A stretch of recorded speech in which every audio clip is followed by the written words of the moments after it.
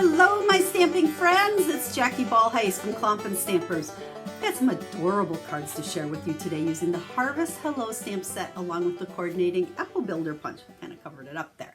Now, I do have to tell you, this is some projects that I featured last year when this set first came out. It was in a mini catalog. And I don't have the projects anymore to show you because I sent them off to my friends. But I wanted to share it again because this is such a great stamp set for the fall. Apples, pumpkins, we love them all this time of year. So what I'm going to do is kind of transition you into the older video. I know a lot of you didn't see it, or maybe you saw it and you'd like to see it again. And so just kind of keep in mind that a couple products might be retired. I use some designer series paper in the projects. They're the 6x6 color packs. Well, the prints are retired, but we have new prints and new 6x6. So you just kind of switch and use those if you'd like to make these cards. Or maybe you got some old paper. But in any case, remember the video's old, so there might be a couple things I referenced that are retired, but I think almost everything is still available, including the stamp set and the punch. They are in the annual catalog, so you can still easily order them.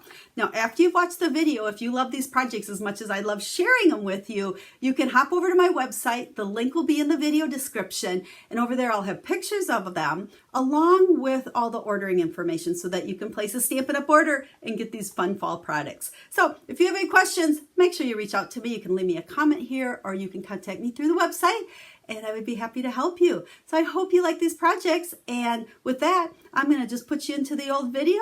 Enjoy. Have a stamp happy day. Sorry if you're kind of getting a glare here. I'm trying to move it around so that you can see it. So this is what our stamp set looks like. Like I said, we've got pumpkins, we've got apples. And then our punch will do either or. Did you realize that they're kind of the same shape and it works for both of them? I'm like, genius, whichever Stampin' Up! Designer came up with this one. Some fun words, but remember, I try to share greetings within a stamp set when I show you the stamp set, but especially this apple. It's a great card for any time of the year, for any reason. So go ahead, slap a happy birthday or congratulations, thinking of you, get well, whatever you need.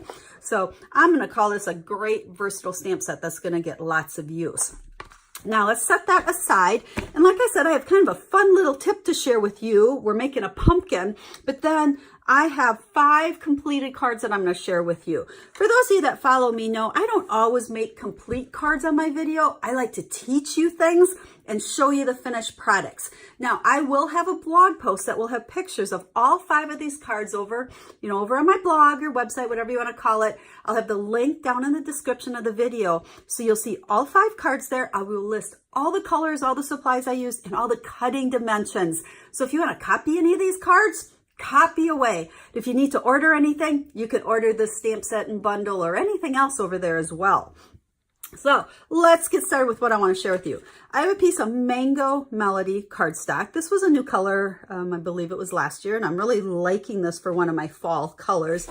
It's really just a scrap, okay? It happens to be 4 inches by 5.5, but that really doesn't matter. What matters is I'm going to score this. I want a really nice fold line on my scrap. So let's set this away. Oh, by the way, Stampin' Up! Simply Scored, awesome for scoring. This is one of those standard things that I could not live without in my stamp room. I use it to score all of my cards before I fold them in half, but I don't always show that on video. So I thought today would be a good day to show you that. So let's set this aside. Now, like I said, I want this to be a really good fold line, and you'll see why in a second. So I'm going to fold it. Now, a reminder, when you score, whichever side has that bumpy ridge, okay, here it's indented. Here's the bumpy ridge. That bumpy ridge is going to go on the inside. So go ahead and fold it. It's a nice crisp edge there, but I'm also going to use my bone folder and go up and down on that because I want this to be a really good fold. Okay, you'll see why here in a sec. Then we're going to grab pumpkin pie for my ink. So it's really going to be kind of an orange on orange tone, but I wanted this a little bit darker than what that Mango Melody is. So we're going to go ahead, and when I stamp this, hopefully I don't get my head in the way because I need to come way over on the top here, and we're going to stamp it way, way, way, way up at the edge there. So my stamp's actually hanging off a little bit. Ah, perfect. This is where I kind of would have liked this to be in that clear, in the photopolymer, because I could see. I want it to be up here as close as I can. So we'll get back to the reason for that. Now I told you we're going to shade on colored cardstock. You guys know I love blends. I've been using Stampin' blends for a lot of coloring lately, but today we're going to use them just a little bit differently. Normally we stamp using Memento Black and we stamp on Whisper White and we color.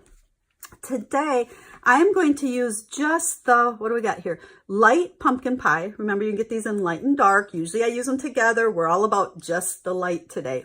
And I'm also using the color lifter. Again, not something I use all that often. I probably should grab it a little bit more. It's almost like an eraser, okay? It doesn't completely, well, sometimes it completely takes the color away. In this case, it's not going to. It's going to lighten my color. So even though I'm using light, we're gonna lighten it a little more. You'll see why here. So I am going to take this light one and I'm going to just, I'm using the more brush end, okay? And I am just going on all of these lines, okay? It's looking pretty ugly. I know that. So hang on here with me. There. And then let's come along the bottom here. And we'll go along the top. Pretty ugly. Take a good look at it. Then we're going to take the color lifter and I'm really going to come back over each one of these lines. And I'm making sure that I'm out a little bit further. So I'm not completely covering everything. I'm probably halfway through the thickness. I don't know, does that make any sense? So if this is my line, okay, this here is going to come in at about half of that. That probably shows it a little bit better. Okay, where were we? We're going to flip it over and we're going to come over on this side.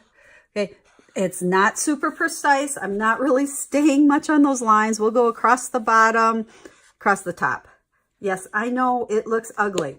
Color lifter takes a little bit to dry. So we're going to let that dry, but in the meantime, we're going to go ahead and punch it out. And this is where this here, it's only 2 inches thick. If this is too wide here, you won't fit it into your punch, which you'll find out when you go try to punch. But I want to line this up and I want to make sure, let's grab this here so I can point. See, this is our fold lines here. We want to make sure that we keep some of those fold lines intact and not punch it all up. So I'm coming kind of down towards the end or bottom of that image to keep that fold up there. And then we're going through 2 layers, so you do have to press a little hard. There we go. And it was kind of an awkward angle there. So now you can see when you punch it out, let's see if it opens, it'll open up. So we've just made this little tag or whatever you want to do with it. Can you see how those colors are lightening already? It's going to take a little time for them to fully dry and fully lighten, but already it looks way better. So let's take a look at our finished card because this is what I really wanted to show you. Isn't this adorable? You can see here, I've just added this, You Make Me Smile, but here we've got pumpkin pie cardstock with pumpkin pie ink, and then the Mango Melody cardstock with the Mango Melody ink. So this pumpkin really kind of pops. Got the black face on there. We've punched out the stems. That is on this punch as well. Now I do have another video I'm going to link in the blog post from a different card I made showing you some tips for punching out both the stems, and then we've got some leaves coming here. So make sure you hop on over to the website and find that other video because it's going to have more tips for you.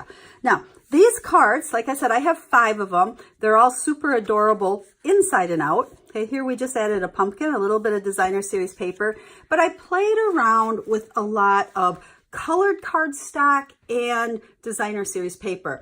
Now you guys know me, it's all about quick and easy, and I know these cards have a whole lot more layers than you normally see from me, but I was having fun layering with all these fun colors.